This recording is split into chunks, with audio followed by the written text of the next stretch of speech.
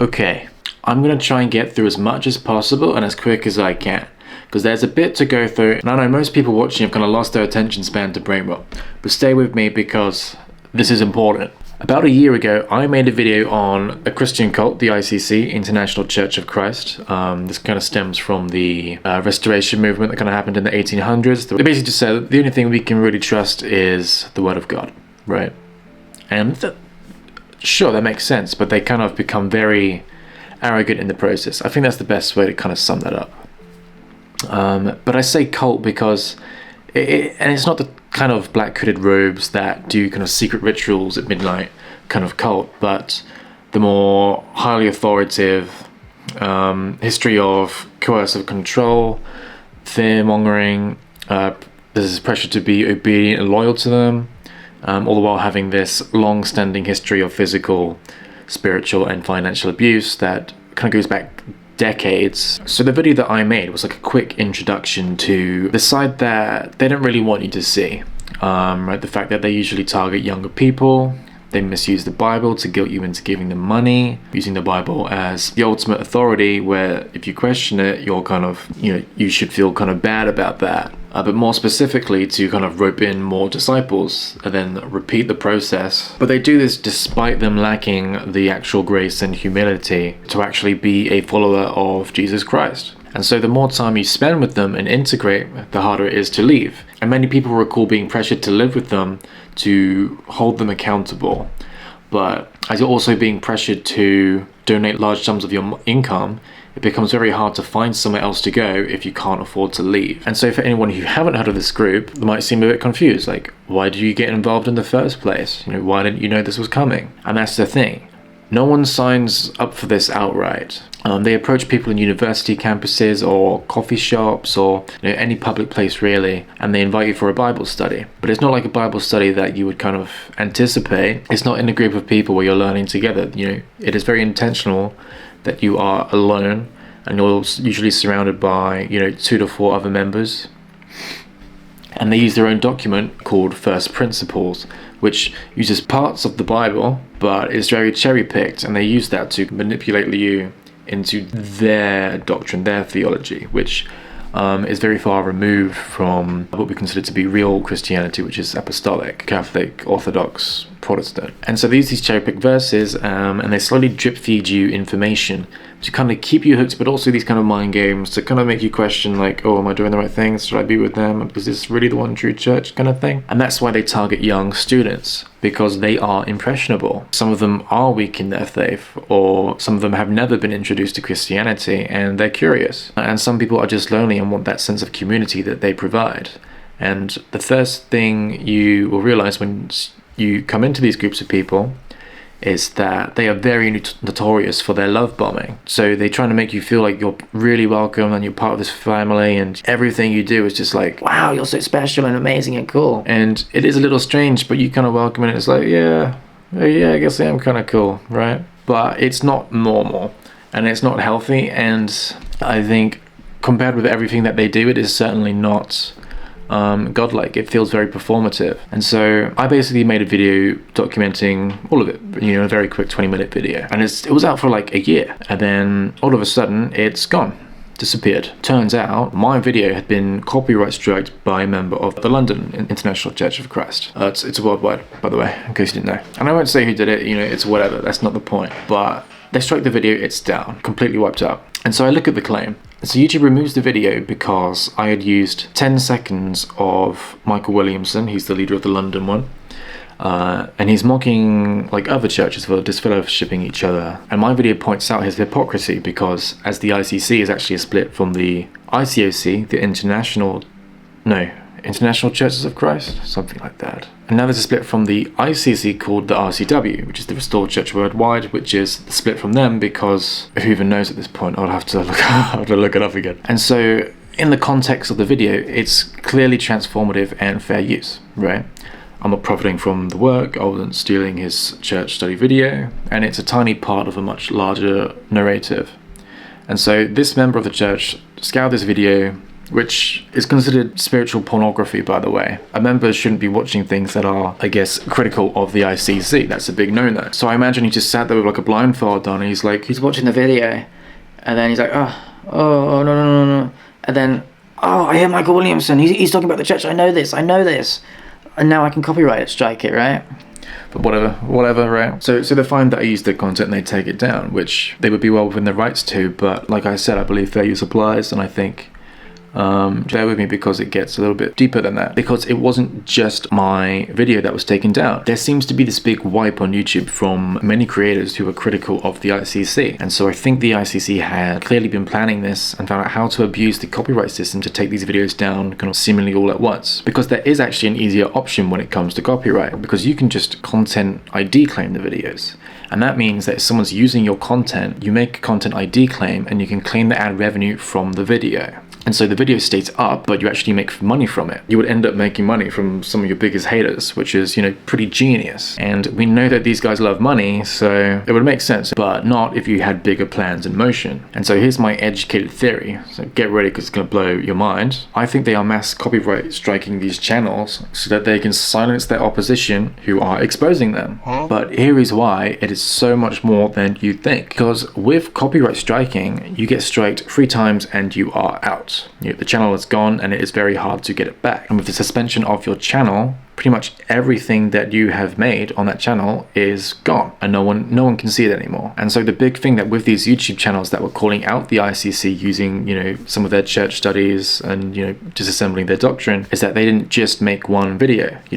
They made multiple, and so the ICC kind of came along, copy straight, maybe 3, maybe 6, who knows how many, because it was just instantly 3 at once. The whole channel just got taken down and there was nothing the creator could have actually done about it. And so I don't know if these people were going to get their channels back. I'd like to think they could, because I think all of their content is transformative. They didn't just take their videos and re-upload it. And so the big thing here is that it wasn't just their content, right? They made a lot of videos about a lot of other things. For example, not just their theology and doctrine, why that was wrong, but their harmful history, the history of abuse that they had, the court filings, just overall future and drama of that surrounding it. But the biggest thing and the most important thing is now gone, which is the interviews of previous members or the testimonies that these channels shared that are now seemingly wiped from existence. These are the people who suffered through the physical abuse, the sexual abuse, the just overall rebuking, the manipulation, the social control, the people who went through these horrendous experiences and shared that,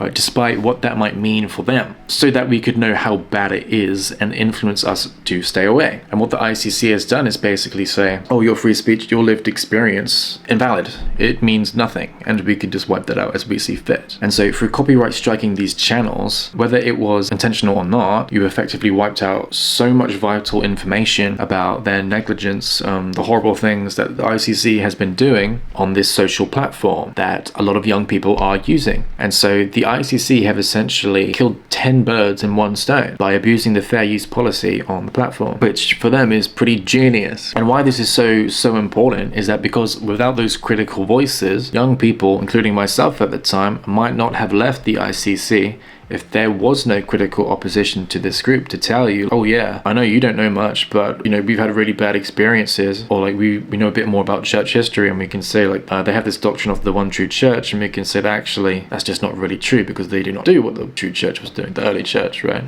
So now I consider myself lucky because I wasn't born religious. My understanding of Christianity was very surface level. And if I hadn't have been introduced to some of the more critical voices of these people, potentially worst case scenario, I stayed with the church and I was subject to a lot of abuse. Because I knew there was something a little bit off at the time, but I couldn't put my tongue on it. And then when seeing that, I was like, it was so affirming, because I could be, oh, this is a cult. I can finally confirm that, right? I'm not just being selfish or unwilling. I'm not denying my flesh or whatever, and this was at a time when I was looking for real purpose and meaning in my life, and it would be very hard to step away from something like that because they were so welcoming, and that is something that they do very, very well at first.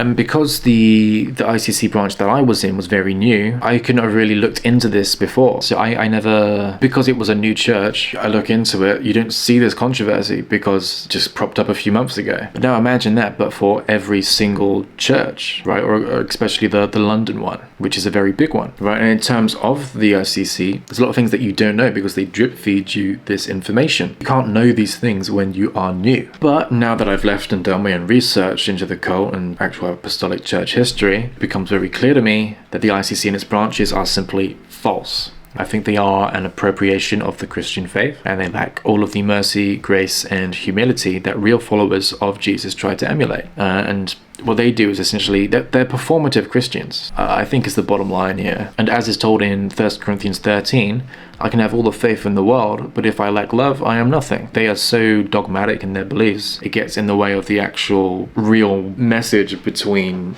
church and people. The relationship is gone. And even their faith and their doctrine is not really real. So you don't even have this preservation of real theology. So it's just kind of a wash. And so this final question remains, right? Why does the London ICC choose now, of all times, to remove these videos? Some of these videos have been up for years, right? My theory is that recently there was a recent video, an article composed by the BBC. They recently did an expose on the London ICC Church, and I think to everyone's dismay, nothing really changed. They're still doing the same thing they were doing back 23 years ago when Henry Crete wrote his letter exposing the exact same stuff they're doing now. They're still stalking university campuses, preying on people's innocence and kindness, bringing them into the Bible studies. They indoctrinate you with the false theology, love bomb you into submission, then isolate you from your previous life and strip you bare of everything you can give them. It's all there from when you remember it, right? And I just can't understand how it's managed to go on so long. I don't think any of us can. We seem to forget just how wicked it really is, right? Because we're walking away from it so lost, so confused, and it really messes with your head in a way that, I guess if you haven't experienced it, you really just can't comprehend, right? It took me ages. And I was only in there for like a few months. I wasn't even a real member, right? It still messes with you. So, my heart goes out to those people that are just lost. I'll say that. I think exposure from the BBC had really rattled the London church. You can't really get much bigger coverage than the BBC, right? Especially in the UK, right? And to paint them in such a negative light, I can't help but feel like they've come up with this strategy to try and clean the slate. So they get this criticism from the BBC, and I think the ICC goes, let's make a new strategy. Let's wipe our slate clean and get our image back. And so they see that people have taken like their content from YouTube or whatever, they're speaking negatively on it, and they get rid of it. But like I said, I think most of the content I watched was transformative and critical and fell into fair use. That is why all the YouTube channels seem to have been taken down seemingly within a span of a few days, and unfortunately all the other important stuff was taken with it in this sort of perfect storm. But that is why it is so important to speak up now of all times, even if a lot of people won't truly comprehend your experience, or whether you're with them a week or 10 years. Your voice becomes a weapon against the ICC's cruelty, and it will help see that, yeah, this is a cult, and if by doing that you start kind of pissing them off, it's probably a good thing. Any video, blog, YouTube comment, it all kind of helps in this bigger picture. If it even helps one person be like, oh, right, like these guys are a bit of trouble, I'm probably going to distance myself from them. But today they won. Right, the ICC, many whistleblower testimonies and interviews from former members have just been wiped from the platform. But in the future, I hope to look up the ICC and see tons of videos for what it really is, which is corrupt and in need of repentance. And we can know that they've repented when leadership make a public announcement and address all the things that they've done and actually reform the leadership and their unbiblical doctrine. So that's all I kind of wanted to say on that. I do hope these channels can make a return. There are a few more videos that I want to kind of make on the ICC, especially now that everything seems to have kind of disappeared. But yeah, if there's anything that you guys want to see, doctrine, theology, why they aren't the one true church, how I can prove that, leave it in the comments. Comments do help. And yeah, see ya.